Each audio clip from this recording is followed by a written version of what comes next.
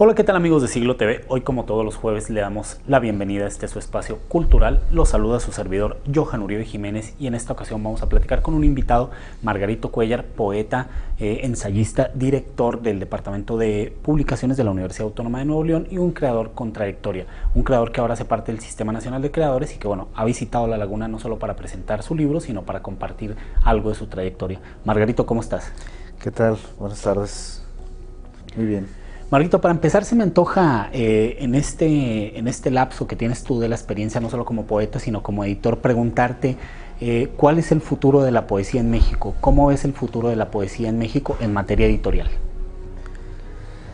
Bueno, el futuro siempre será incierto en todos los campos. En el caso de la poesía, pues ha tenido, digamos que un respaldo institucional, creo que en los últimos años, me parece, en los últimos 15 años ha tenido un gran despegue en cuanto a la posibilidad de crecimiento de empresas independientes, de empresas de carácter institucional, como que ha dejado de ser el patito feo de las editoriales, que fue todavía en los años 80, yo recuerdo en los años 90, te acercabas a una editorial y era muy complicado que el acercarte implicara una publicación del libro, pero con el paso del tiempo como que las oportunidades sí se han acentuado favorablemente. Obviamente sigue faltando mucho, sobre todo en la parte de la distribución del libro de poesía. Sin embargo, yo sí soy, digamos que, propositivo y veo con cierto optimismo el futuro de la poesía, en el sentido de que la poesía nunca va a ser un artículo de masas, en ese sentido, sí, pero siempre va a estar ahí, dando de qué hablar, para bien o para mal, y eso ya de alguna forma, pues me parece ya que es un digno de aliento. ¿Sí? Margarito, tú tienes experiencia no solamente, bueno, como editor, como autor, sino que también tienes una destacada trayectoria como periodista. ¿Cómo ves el papel de los medios de comunicación en la difusión específicamente de géneros literarios como la poesía y tal vez el ensayo, que hacen parte de estos géneros que no son comerciales y que no son tan fáciles de llegar a las grandes masas? Sí. Todavía me parece que hay cierta timidez todavía. Es decir, la literatura todavía de alguna forma sigue estando un poco al margen, de alguna manera, en cuanto a su totalidad como género. Sí hay indicios, hay acercamientos sobre todo a lo que tiene que ver con la difusión del libro, sobre todo lo que tiene que ver en revistas, ahí sí hay un mayor acercamiento. En televisión menos todavía, salvo ciertos programas culturales, en radio un poquito. Hay experiencias muy importantes, me parece, en países como Brasil, por ejemplo, donde sobre todo la poesía sí forma parte muy activa sobre todo de la agenda de los medios, incluso los medios electrónicos.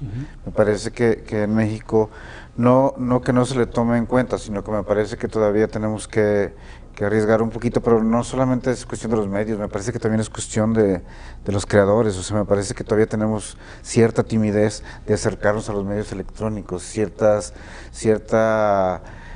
como que nosotros también nos ponemos a veces ciertos diques y no brincamos esa barrera y pensamos que el medio electrónico o ciertos medios periodísticos pueden ser también aliados de la poesía, ¿sí? Entonces yo no diría apocalípticamente que hay un divorcio, sino que me parece que ese acercamiento debe ser mutuo. Margarito, tú tienes, bueno, más de 15 años viajando a Colombia de manera permanente, has viajado a Ecuador, bueno, próximamente vas a estar en España, se va a hacer una reimpresión de un libro tuyo al portugués, es decir, tienes presencia en varios países de Latinoamérica, conoces gente de varios países de Latinoamérica, traes escritores de Latinoamérica, los invitas a México. ¿Cómo ves el nivel de la poesía mexicana respecto al resto de los países de habla hispana?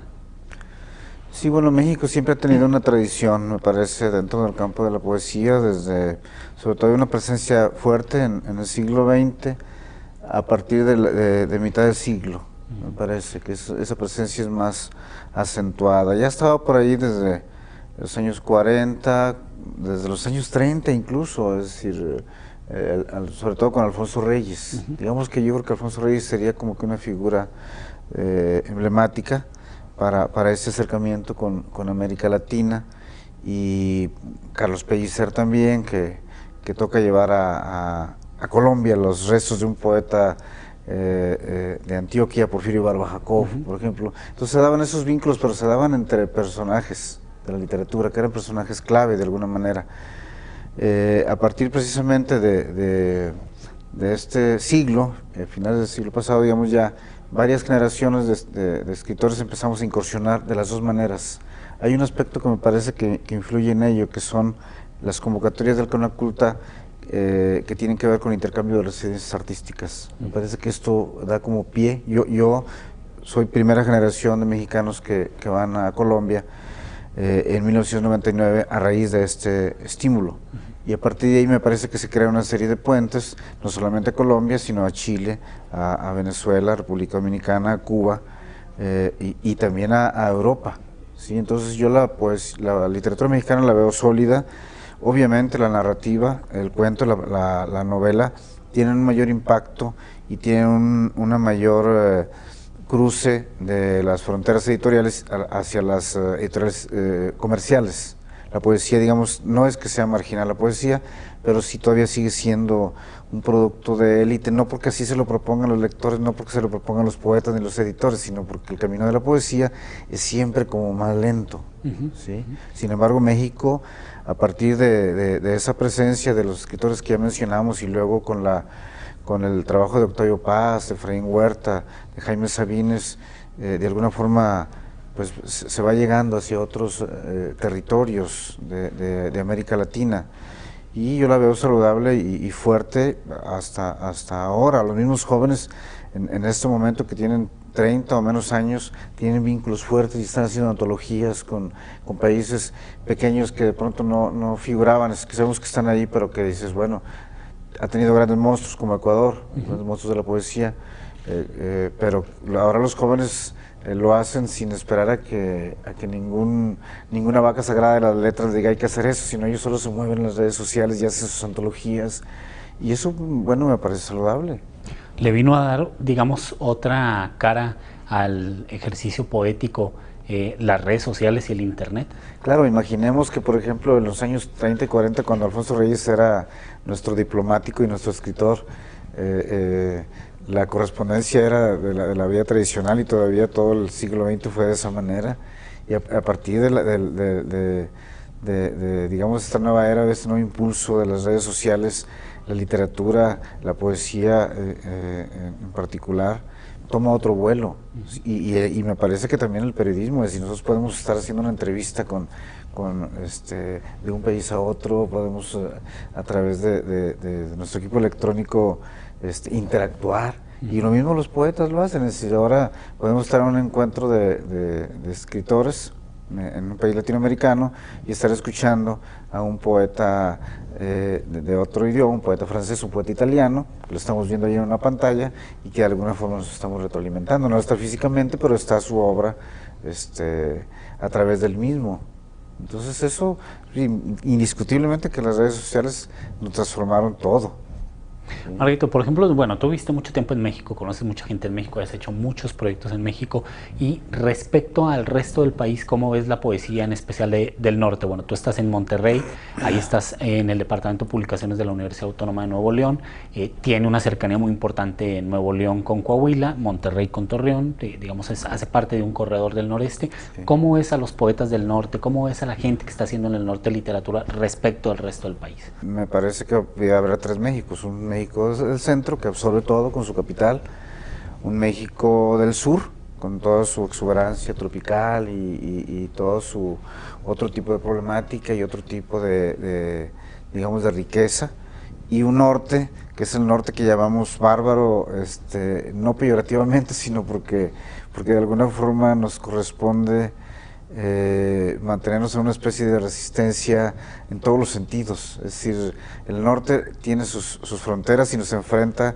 a otro idioma, por ejemplo, nos enfrenta a otras problemáticas que tienen que ver con oportunidades de trabajo, con migrantes, y entonces creo que el escritor del norte es como más terco, como más Yo no diría un héroe, a lo mejor un obrero en mangas de camisa, como decía Alfonso Reyes, pero sí veo fuerza en la literatura del norte, es decir, como en el norte tiene mar, tiene desierto y tiene montañas, de alguna forma todo eso esa geografía está reflejada, pero hay cierta tenacidad, yo creo que nos caracteriza, es decir, no nos damos por vencidos fácilmente, somos así como muy francos también, y de alguna forma también nos gusta tender puentes, no nos gusta aislarnos. Entonces, en ese sentido, creo que la poesía del norte es totalmente visible en otras partes de